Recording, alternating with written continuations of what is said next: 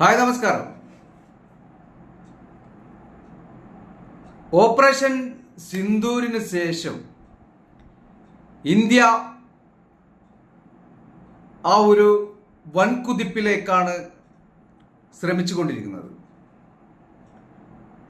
ഇന്ത്യയുടെ പ്രതിരോധ ശേഷി ശക്തിപ്പെടുത്തുന്നതിനായി സായുധ സേനയ്ക്കായി കേന്ദ്ര സർക്കാർ 50,000 കോടി രൂപയുടെ അധിക ഫണ്ടുകൾ അനുവദിക്കാൻ ഒരുങ്ങുന്നു.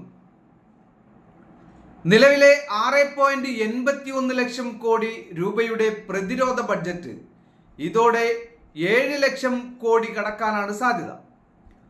പാർലമെന്റിന്റെ അടുത്ത ശൈത്യകാല സമ്മേളനത്തിൽ ഇത് ഔദ്യോഗികമായി പ്രഖ്യാപിക്കപ്പെടും എന്നാണ്. ഏപ്രിൽ 22-ന് പെഹൽഗാമിൽ നടന്ന ഭീകരാക്രമണത്തിന്റെയും അതിന് പിന്നാലെ ഇന്ത്യ നടത്തിയ ഓപ്പറേഷൻ സിന്ദൂർ എന്ന പേരിലുള്ള ലിമിറ്റഡ് മിലിറ്ററി റെസ്പോൺസിന്റെയും പശ്ചാത്തലത്തിലാണ് പ്രതിരോധ ബഡ്ജറ്റ് വർദ്ധിപ്പിക്കാനുള്ള നീക്കം. പാകിസ്ഥാനിലെയും പാക് അധീന കാശ്മീരിലെയും ഭീകര ക്യാമ്പുകളെ ലക്ഷ്യമിട്ടാണ് സൈനിക നടപടി ഉണ്ടായത്. അധിക തുക പ്രധാനമായും പുതിയ ആയുധങ്ങളുടെയും സാങ്കേതിക ഉപകരണങ്ങളുടെയും വാങ്ങലിനായും സൈനിക ഗവേഷണ വികസന പ്രവർത്തനങ്ങൾക്കുമായിരിക്കും വിനിയോഗിക്കുക. കേന്ദ്ര പ്രതിരോധ മന്ത്രി രാജ്നാഥ് സിംഗ് വ്യക്തമാക്കിയതുപോലെ ഇന്ത്യയുടെ സുരക്ഷാ ഭാവി ഉറപ്പാക്കാൻ ആഭ്യന്തരമായി ആയുധങ്ങൾ ഉൽപ്പാദിപ്പിക്കുന്നത് വളരെ പ്രധാനമാണെന്ന് സർക്കാർ നിലപാട് വ്യക്തമാക്കുന്നു.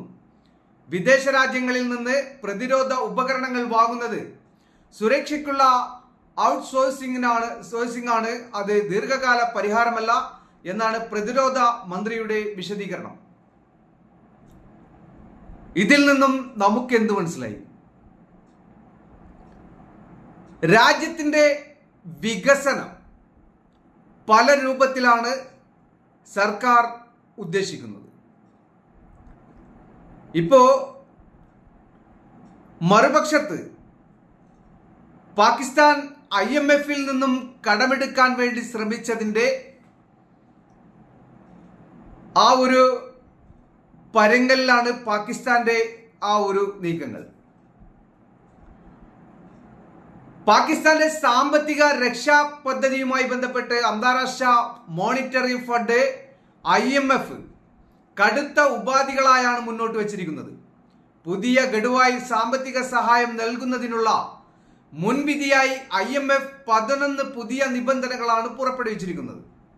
ഇതോടെ സാമ്പത്തിക സഹായം ലഭ്യമാക്കുന്നതിനുള്ള മൊത്തം ഉപാധികളുടെ എണ്ണം 50 ഉയർന്നു. IMF മുന്നോട്ട് വെച്ച പ്രധാന നിബന്ധനകളിലൊന്നാണ് വാർഷിക ബഡ്ജറ്റ് 17.6 ട്രില്യൺ രൂപയായി ഉയർത്തുക. അതോടൊപ്പം വികസന ചെലവിനായി 1.07 ട്രില്യൺ രൂപയും വകയിരുത്തണം. വൈദ്യുതി സേവന ചാർജുകളിൽ വർധനവുമാണ് നിർദ്ദേശിച്ചിട്ടുള്ളത്. പ്രതിരോധ ചെലവുകളിൽ സുതാര്യത ഉറപ്പുവരുത്താനും IMF നിർദ്ദേശിക്കുന്നു. കാർഷിക വരുമാനത്തിന് നികുതി ഏർപ്പെടുത്തുകയും പ്രത്യേക സാമ്പത്തിക മേഖലകളിൽ നികുതി ബാധകമാക്കുകയും വേണമെന്ന് ഉപാധികളിലുണ്ട്. കൂടാതെ 3 വർഷം പഴക്കമുള്ള ഉപയോഗിച്ച കാറുകളുടെ ഇറക്കുമതിക്ക് നിലവിലുണ്ടായിരുന്ന നിയന്ത്രണങ്ങൾ നീക്കം ചെയ്യണമെന്നും IMF നിർദ്ദേശിക്കുന്നു.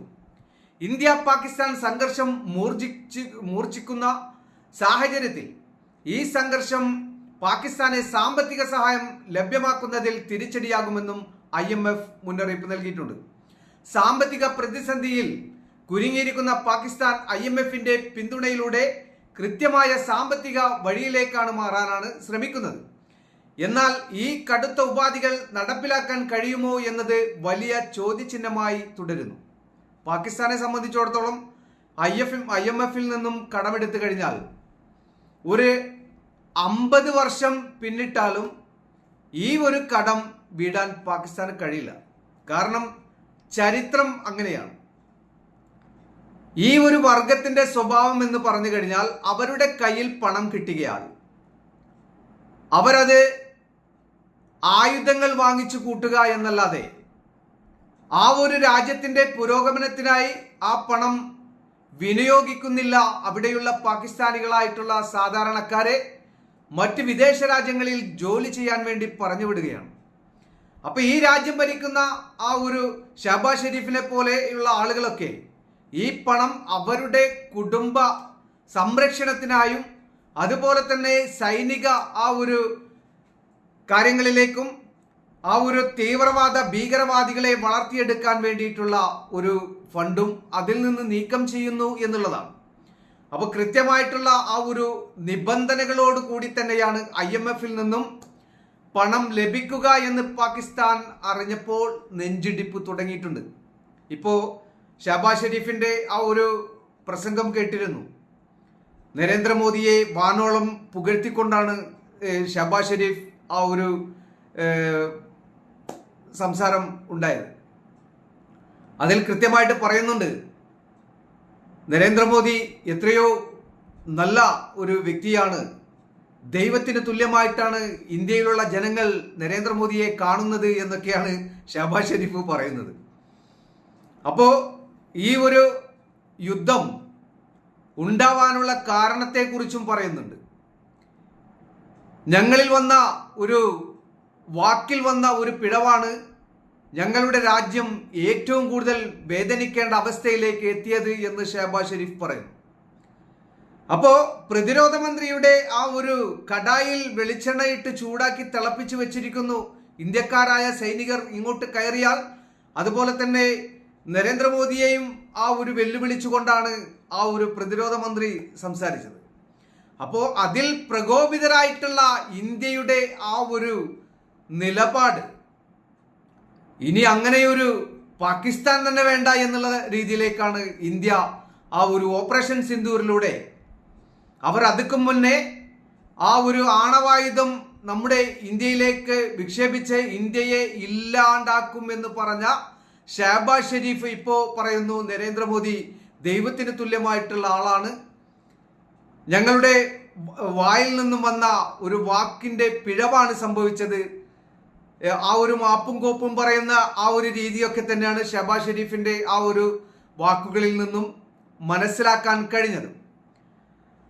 അപ്പോൾ ഓപ്പറേഷൻ സിന്ദൂറിനെ എതിർത്തും പാകിസ്ഥാനെ പിന്തുണച്ചും രംഗത്ത് വന്നതോടെ തുർക്കിയുമായുള്ള ഇന്ത്യയുടെ വ്യാപാര നയതന്ത്ര ബന്ധങ്ങൾ വഷളായിരിക്കുന്നു.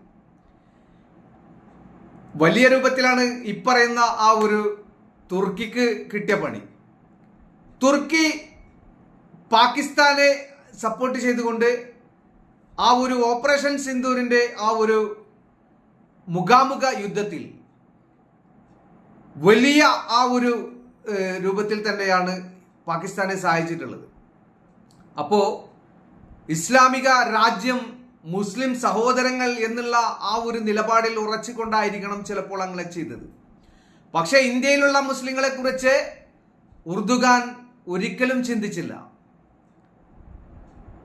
ഇപ്പൊ കഴിഞ്ഞ ആ തവണ അവിടെ ഭൂകമ്പം ഉണ്ടായപ്പോൾ ആ രാജ്യത്തെ രക്ഷിക്കാൻ വേണ്ടി ആദ്യം ചെന്നത് നമ്മുടെ ഇന്ത്യയാണ്.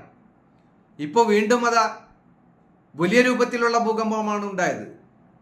ബിൽഡിങ്ങുകളൊക്കെ തകർന്നു വീഴുന്ന ആ ഒരു തുർക്കിയുടെ ആ ഒരു രംഗങ്ങൾ കാണുമ്പോൾ ചില ആളുകൾ ട്രോളുന്നുണ്ട്, ഇനി രക്ഷിക്കാൻ ചിലപ്പോൾ പാകിസ്ഥാൻ വരുമായിരിക്കും അല്ലേ എന്ന്. ആയിരിക്കും, അങ്ങനെയാണ് ഇനി തുർക്കിയുടെ അവസ്ഥ.